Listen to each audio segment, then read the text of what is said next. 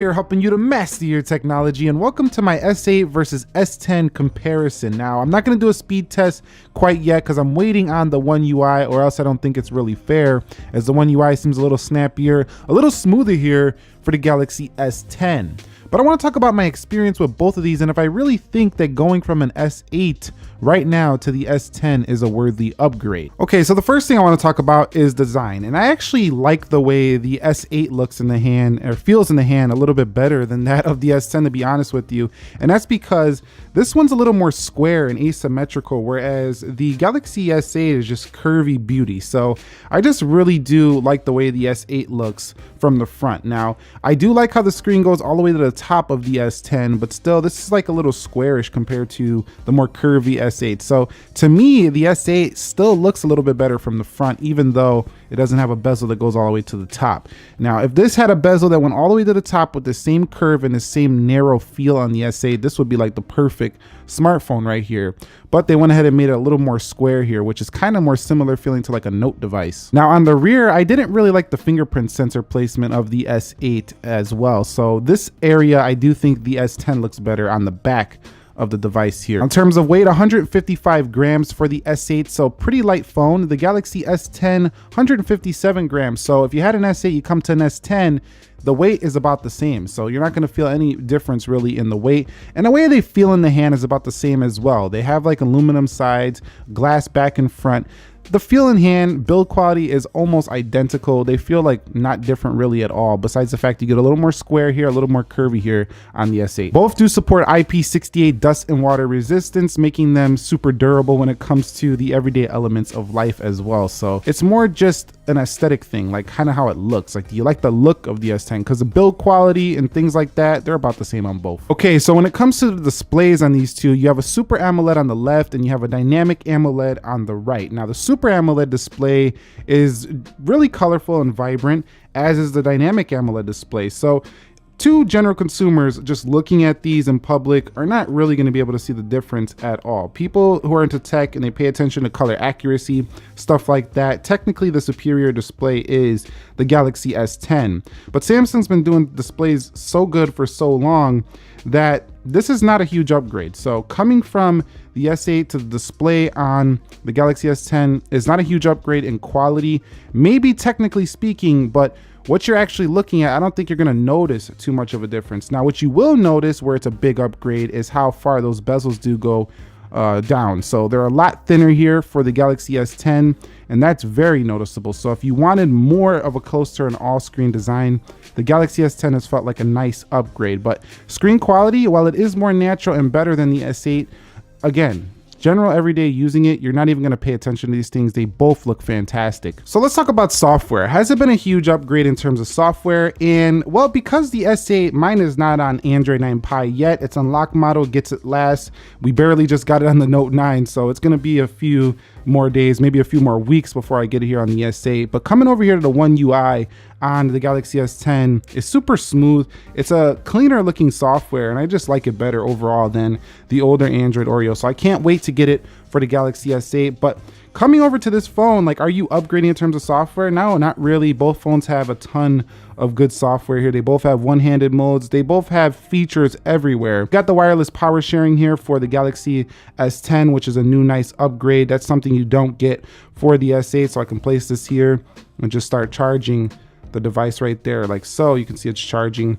You couldn't do that on the Galaxy S8, and there's a couple other enhancements on this device, but overall both of them are still very feature packed. So coming here to the Galaxy S10 is more of a hardware upgrade than a huge software upgrade. You have things like the night mode without having to put a skin on the device. You can do that in the theme store. You can get a night kind of mode on the S8 if you just put a theme on it, but you can do it right from the software itself now on the Galaxy S10. Now, one thing that is different is the multitasking. With the old 8.0, I actually really liked how I could just flip things around really easy. I hope Samsung brings this back, because this is really not cool that they got rid of this cool feature. So if we go here to open in split screen, so split screen over here on the Galaxy S10, let's open up calculator, and you can see I can't flip it around at all. So like I could do this, but it's kind of like the stock version.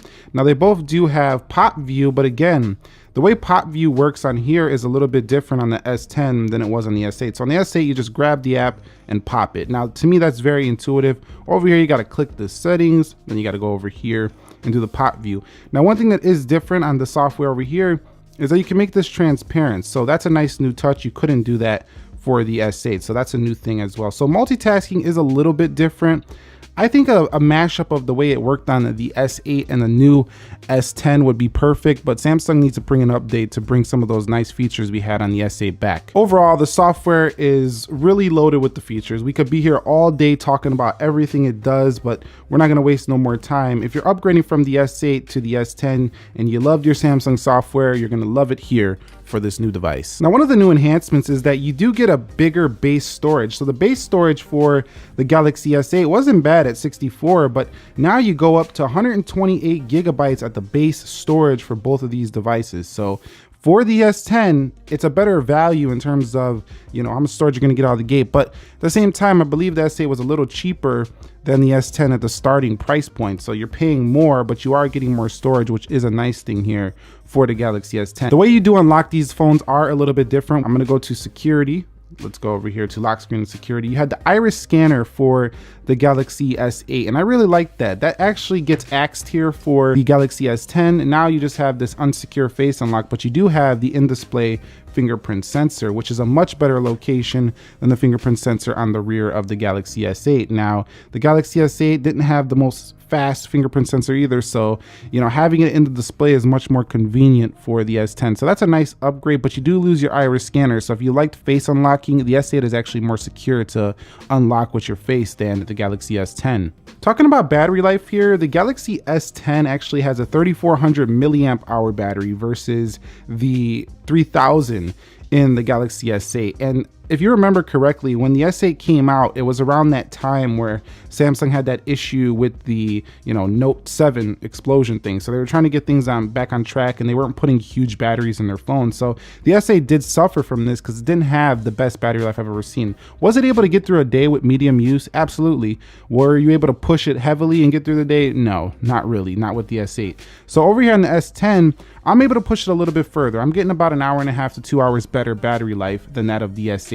Now, is that substantial? Yeah, I think it is. So if you're coming from the S8 to the S10, you will notice an upgrade in your overall battery life. It's not huge, but it's enough to say it's an upgrade. If you want to know about standby time, I'm also seeing better standby on One UI, at least 3 to 4% less drain overnight than the S8. So let's talk about cameras. You have a single camera here for the Galaxy S8, and it was always easy and simple to use and just fun to use. It was just a good camera. Overall, dual pixel AF, shot decent photos, not too complex. You had a few modes in here. You could do 4K at up to 30 frames per second. You had tracking autofocus, plenty of features going on. The front-facing camera was pretty soft, so I didn't really like it too much here for the Galaxy S8, but still it was fine. It worked, it got the job done. So the camera on the S8 is just your basic single camera on the rear and in the front. Overall, I think you'll be fine with that camera, but are you upgrading to the Galaxy S10? You're gonna get a massive upgrade in camera. In this department, the S10 is just all day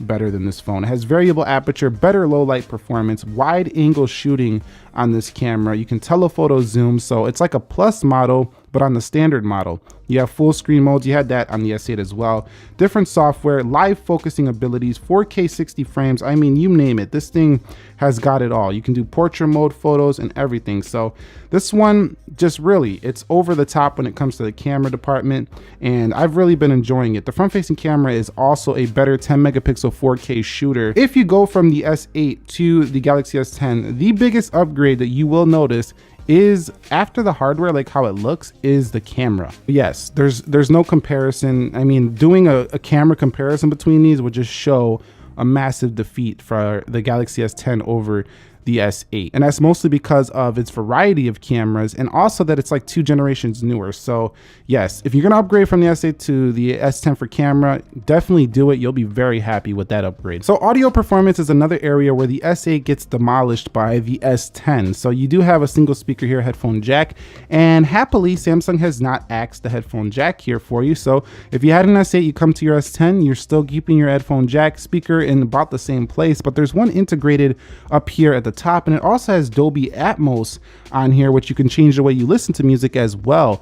Bluetooth 5.0 on board, everything connects super fast. You can get the Galaxy Buds. Galaxy Buds will work with the S8 just fine as well, but I'm just saying, the Galaxy S10, just a massive upgrade in audio. It just sounds so much better on the external speakers. Now, when it comes to, you know, plugging a headphone jack in, they both work similarly well, but I would give it to the S10 by far for audio. I don't have much to say about phone call quality. They both have been excellent. No problems with either of them. I would just say that the phone call speaker just sounds better on the S10. Also, you get better battery life, so you can talk longer if you do a lot of phone calling. So it's a little bit better on the S10, but nothing to be like, oh, let me go upgrade from my S8 to S10 just for better phone call quality. They both have Qualcomm modems. They both have good reception.